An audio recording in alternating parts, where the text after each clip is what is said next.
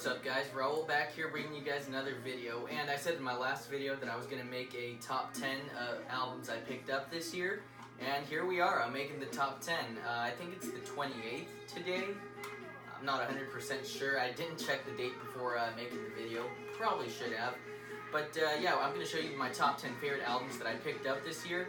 Now just to clarify it though, these albums didn't necessarily come out this year, but these are just my favorite pickups I got this year, you know, just so there's no confusion. Anyways, playing in the background right now is Saxon's Crusader album. I got the volume pretty low just because I don't want, you know, to risk getting it copyrighted, you know.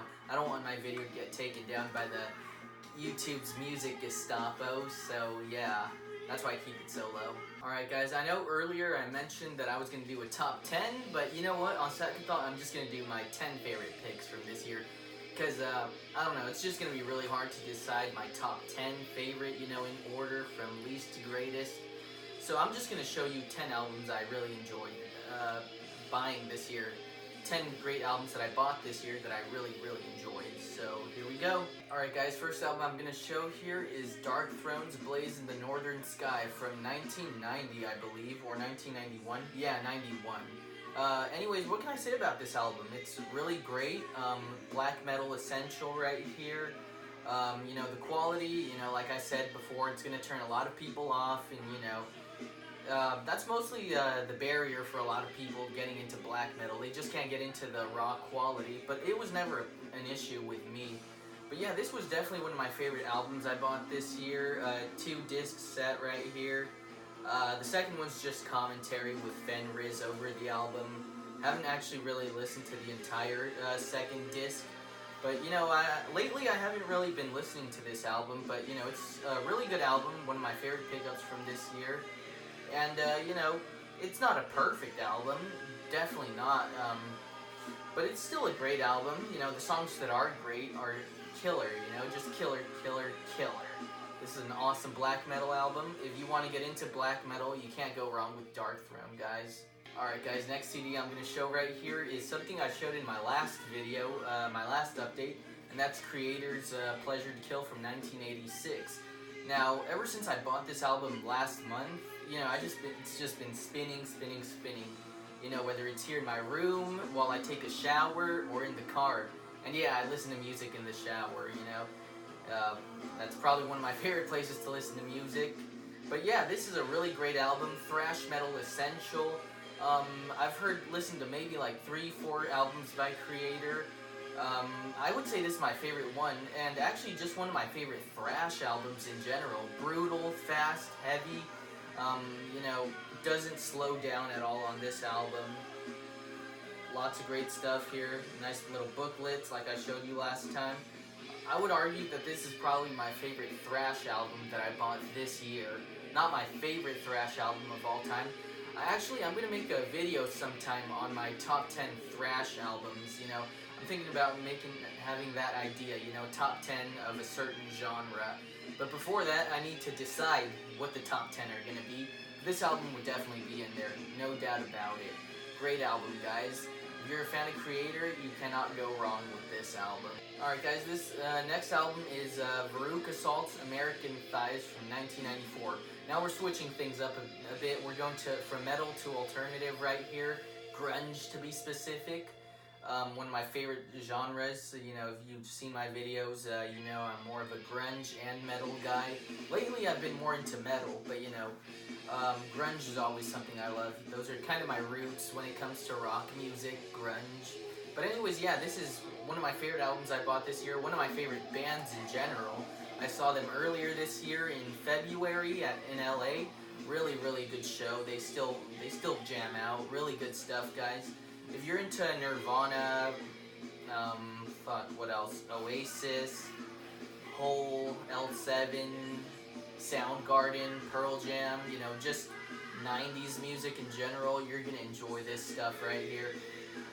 American Thighs, you know, perfect from start to finish. Not really any bad songs on the album. I remember I bought this album when I went to Amoeba, when I went to go see Alice in Chains. But yeah, this is a fantastic album, guys, start to finish. If you want to hear some of grunge's best albums, you know, you've definitely got to include this one in there.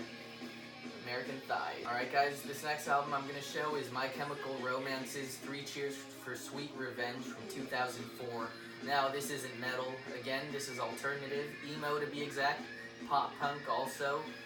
You know, it's really good, really catchy songs on it. I wouldn't say it's a perfect album, there are certain parts where it's like overly produced, I would say. But yeah, for the most part this is a very produced album.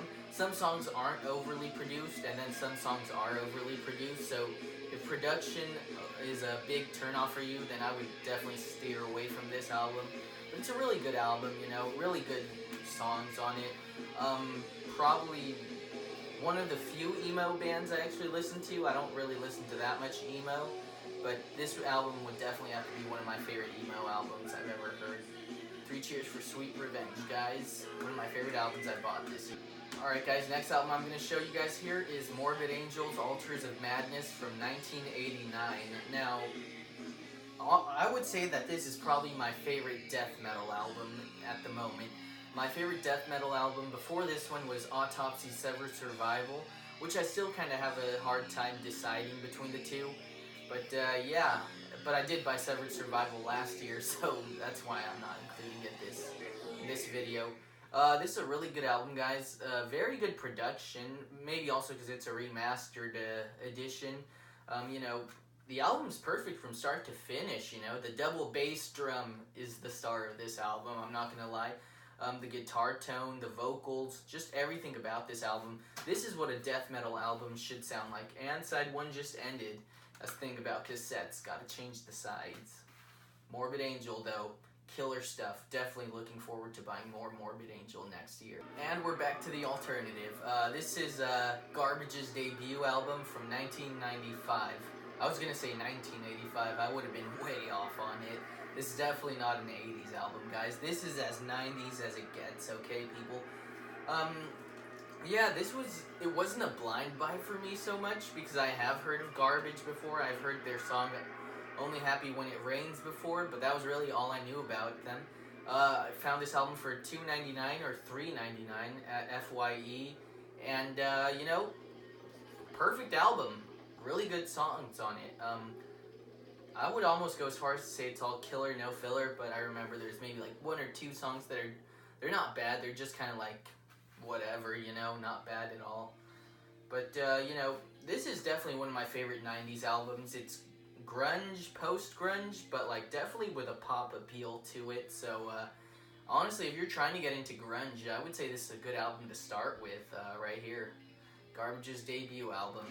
And their second album was also really good, but not quite as good as this one. 90s Essential right here, guys. Alright guys, next CD I'm going to show here is Death's Leprosy from 1989. And I'm wearing the shirt. I actually bought this shirt. I ordered it online on eBay, and then it came a little bit before Christmas. My sister saw it, and she was like, "Oh, you got a Death shirt? Which one?" And I was like, "Leprosy." She was like, "Oh, good, because I ordered you a Death shirt, but I just wanted to make sure it wasn't this one." So yeah, she got me Scream Bloody Gore, the t-shirt, for Christmas, so that was pretty cool. And also I got the little case that came with the CD up there. I kind of want to get Spiritual Healing and put it right there. And then have like a second lava lamp right there. I think that would look really cool. So yeah, I'm definitely going to do that later next year maybe. I have Spiritual Healing, but I got it on vinyl though. But let's get to this album, guys. This is in my top 10 death metal albums I've ever heard. This is my favorite death album right here, Leprosy. My favorite song on it, I don't know, Choke on It's great, Leprosy's great, Primitive Ways is great. Just every song on this album is great. All killer, no filler. Death metal essential right here. This is what death metal is supposed to sound like as well. Is it better than Altars of Madness? Nope, but it would definitely be in my top 5 though. Really good album, guys. Leprosy.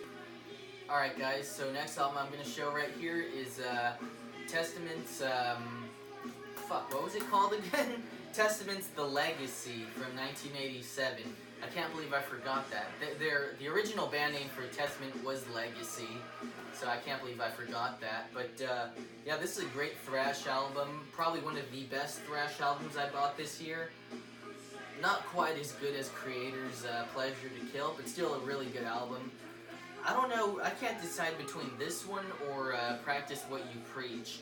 For sure it's better than Souls of Black. I'm not crazy into Souls of Black for some reason. That Testament album wasn't too good. It was still good, but not quite as good as this one right here.